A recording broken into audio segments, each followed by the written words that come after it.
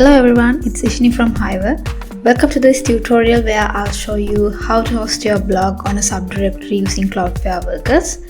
So if you're looking to add a blog to an existing website without any complicated setups, I think this method is perfect for you. So today I'll walk you through the entire process from creating the blog and hosting your blog on a subdirectory like yourwebsite.com/blog. So let's dive in and get your blog up and running in no time. So before we begin, make sure you have these three things ready. The first one is a Hive account, so you can create your blog on Hive blogs. And the second one is a domain that uses Cloudflare for DNS with that little orange cloud turned on. And the third one is a GitHub account. So with these three things in place, I think we are ready to get started.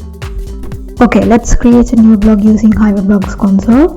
And here I'm typing the name of our blog, and it will automatically create the subdomain of the blog. But if you want to change that, feel free to do so. Okay, voila, this is our new blog. After creating our blog, now we have to change the method of blog hosting. So go to settings, hosting, and change it to self-hosting. And I'm setting self-hosting URL here. I'm using visionary.io/blog. So you can change it as you want, and make sure to save all the changes. Okay. Now we have to create an API key. Precisely, it'll be an delivery API key. So go to API keys and let's create delivery API key.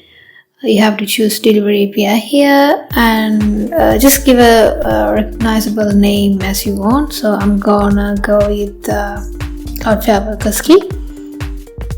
Make sure to save this key and set it aside because we're gonna need it later. Okay, now we are going to create a webhook. So go to webhooks and just do as exactly as I say, and click on create webhook. We just have to set the webhook URL.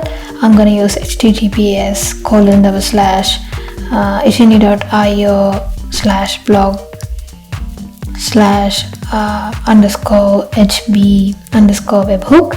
You just have to replace ishini.io/blog part with your subdirectory hosting URL, and make sure to tick cache single, cache templates, and cache all, and hit create button. Copy the webhook secret and set it aside because we're gonna need it later too. Okay, let's create our Cloudflare worker. So log into your Cloudflare account and navigate to storage and databases and KV. So now we are going to create a namespace here. Just use a descriptive namespace name like Hive Blogs Cache.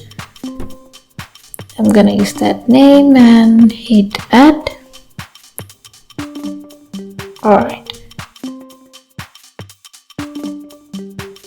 Next, we'll deploy the worker. Click the deploy with workers button on our blogging tutorial, or you can use the deployment link I have given in the description below, and authorize GitHub to use workers from here, and log into a GitHub account and select I have an account. Then you will need to provide your Cloudflare account ID and API token. For the account ID, you need to go to the overview section of your domain and copy it from there. You can just find it from your Cloudflare dashboard, just on the right. Yeah, and copy it and paste it on our deployment page. For the API token, you have to create a new API token from here and select create token and use the edit Cloudflare workers template from here, and you have to set account resources to all accounts, and for zone resources just choose your domain and hit continued summary and create your token. There's your API token, and copy it, and I'm going to paste it on here, and let's connect our Cloudflare account. Okay, now for the repository, enable workflows from GitHub.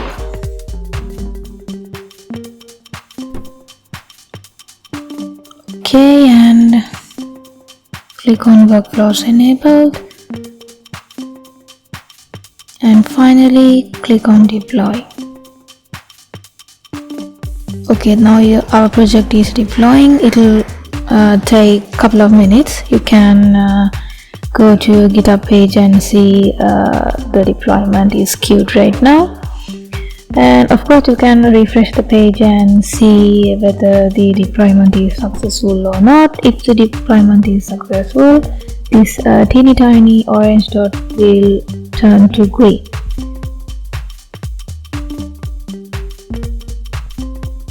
Once the deployment is completed, we have to configure some variables in our worker settings. So go to your workers page.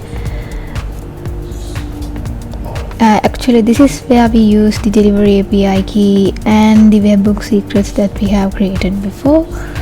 So go to settings and then variables and secrets, and these are the variables and secrets that we're gonna edit. So click edit. Of course, this is the base path /block, and choose the type of the delivery API key as secret, and copy the API key from Hyperblogs console. Oops. Okay, and paste it here. Next we're gonna move to the subdomain and copy the subdomain from Hyperblogs console just like this, and paste that too. Next, the webhook secret. Of course, the type of the secret has to be a secret. And copy the webhook secret from Hyperblogs console, and let's go back and paste it there and click deploy. Okay, now we have to bind the KV namespace that we have created before. So scroll down to bindings here and click add, just like this, and choose KV namespace. Now we have to set the variable name as blog_cache. You have to do the same too. Do not change anything in this variable name. Use the same variable name and choose KV namespace, the one we have created before. Now finally, let's route traffic from your domain to the worker we just created. So go to Cloudflare worker routes and add a route like this. Make sure to replace my domain with your domain, also /blog if you are using a different base path, and don't forget the asterisk mark. Choose the worker and click save. Now we can open our browser and go to our blog URL and see whether it's perfectly rendered. Yep, yeah, it works.